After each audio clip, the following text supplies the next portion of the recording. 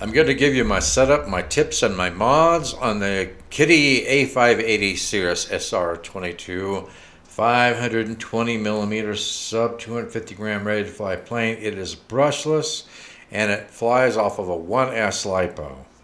And it's a really excellent little beginner plane. I'll have links to everything in the show notes.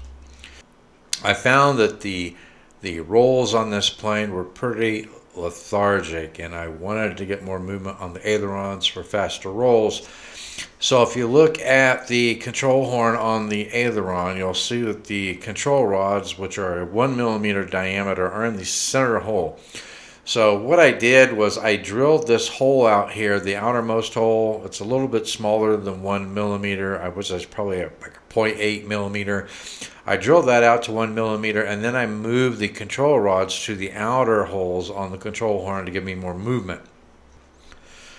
I had a crash with this plane on my first demonstration with it, and I think what had happened was that the elevator control rod had flexed. I had quite a bit of speed, and I was trying to do a loop with it. And I think it flexed and it caused a flutter in the elevator, and that resulted in a spiral down to the ground.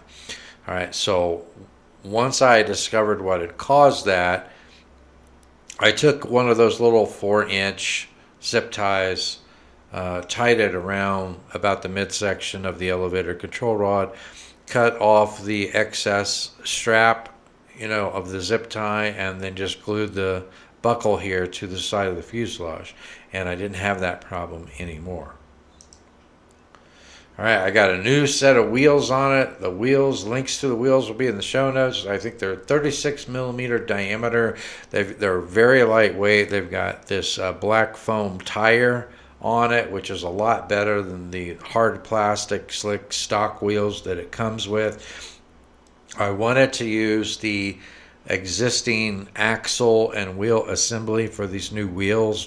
I just removed the stock ones, and the axles are 4 millimeters in diameter, and the hubs on these wheels are 2 millimeters in diameter. So I drilled the hubs out on the wheels to 4.5 millimeters in order to mount it on the existing assembly, and that worked out just fine. I'll have links to the wheels in the show notes. I put nylon hinges on the elevator. When I had that crash that first time out, and I had assessed that it was most likely the control rod for the elevator that had flexed on me and caused some fluttering in the elevator assembly. What I found was when I disconnected the control rod from the control horn on the elevator and then just grabbed the control horn to move the elevator up and down, there was so much resistance from the foam hinges on the elevator. Applied quite a bit of force to be able to move the elevator, but then it was also, because it was requiring so much pressure to move the elevator, it was actually flexing the tail assembly. So the elevator was also working like a rudder, because it would push it up at an angle, when it flexed the tail. So I cut through all the foam hinges on the elevator, and then I beveled the trailing edge of the horizontal stabilizer here, and then beveled the leading edge of the elevator, and then installed 2 nylon hinges on it. So now mine does not have any resistance at all when you move the elevator via the control horn. So now it's nice and smooth without any resistance. So if you do that, I don't think you're going to need to install this brace down here, because I have no doubt, after looking at how stiff that elevator assembly was, I have no doubt that is what caused that crash now, that the elevator control linkage was flexing on it. So be aware of that, now that I've got that set up that way. And you can see I've got 2 nylon hinges here, 2 clear nylon hinges installed on the elevator. It's nice and smooth and operates freely now. Links to the nylon hinges will be in the show notes. All right, I ordered two packs of these 1S 800 milliamp hour 30C lipos. They're 3 grams lighter than the stock 1000 milliamp hour 1S LiPo, which is a 25C. These are 30C, so 800 milliamp hour 30C should give you 24 amps of power. The stock LiPo is 1000 milliamp hour 25C, so it should give you 25 amps of power. These are about the exact same size as the stock LiPo, so they fit in there just fine. I've put a couple of different flight sessions on these LiPos so far. They seem to perform just as well as the stock LiPo, and they're going to give me just about as much flight time. They are 3 grams lighter. These are 18 grams. The stock LiPo is 21 grams. I don't have to put any ballast weight on this airframe when I'm flying it with the stock LiPo that weighs 21 grams. So since this is 3 grams lighter, my suggestion would be just put about a gram of nose ballast weight on the bottom of the nose here right underneath this motor assembly. And then I think you'll be just fine. Then the linkage. On the aileron servo, as I discussed earlier, I moved the linkage from the center hole to the outermost hole on the aileron servo arm. The elevator servo arm, it's in the outermost hole, and the elevator control horn, it's on the innermost hole. So mechanically, I've got the elevator set up for the maximum amount of movement. The rudder servo arm is in the outermost hole, and the rudder control horn is in the center hole. And I will probably leave it there. It has a fairly effective rudder, so I don't think I'm going to have to move that. My CG is 3 millimeters back of the main wing spar.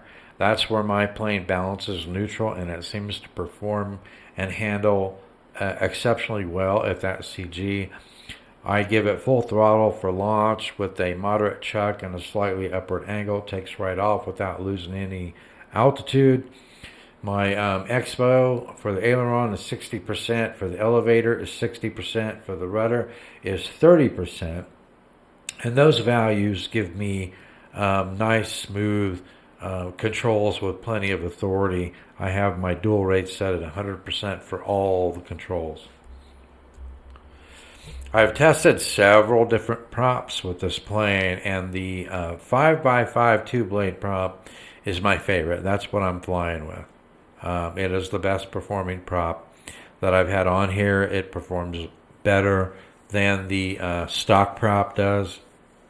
The stock prop is a Gem Fan 4934, so it's a 4.9 inch diameter prop and has a 3.4 inch pitch, and it works really well. I mean, it's a good prop for this plane, but the 5x5 two-blade prop that I am using pulls the aircraft faster through the air than the stock prop does, which means it helps with aerobatics when you can fly it with a little bit more speed than you can with the stock prop. It also actually pulls fewer amps than the stock prop does. So the stock prop at full throttle was pulling 5.8 amps.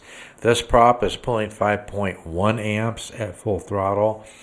The stock prop at 50% throttle was pulling 1.6 amps, and this prop at 50% throttle is pulling 1.5 amps. So not only does this prop perform better than the stock prop, but since it pulls fewer amps at 50% throttle and at full throttle, it's actually going to give you a more flight time with this prop than with the stock prop.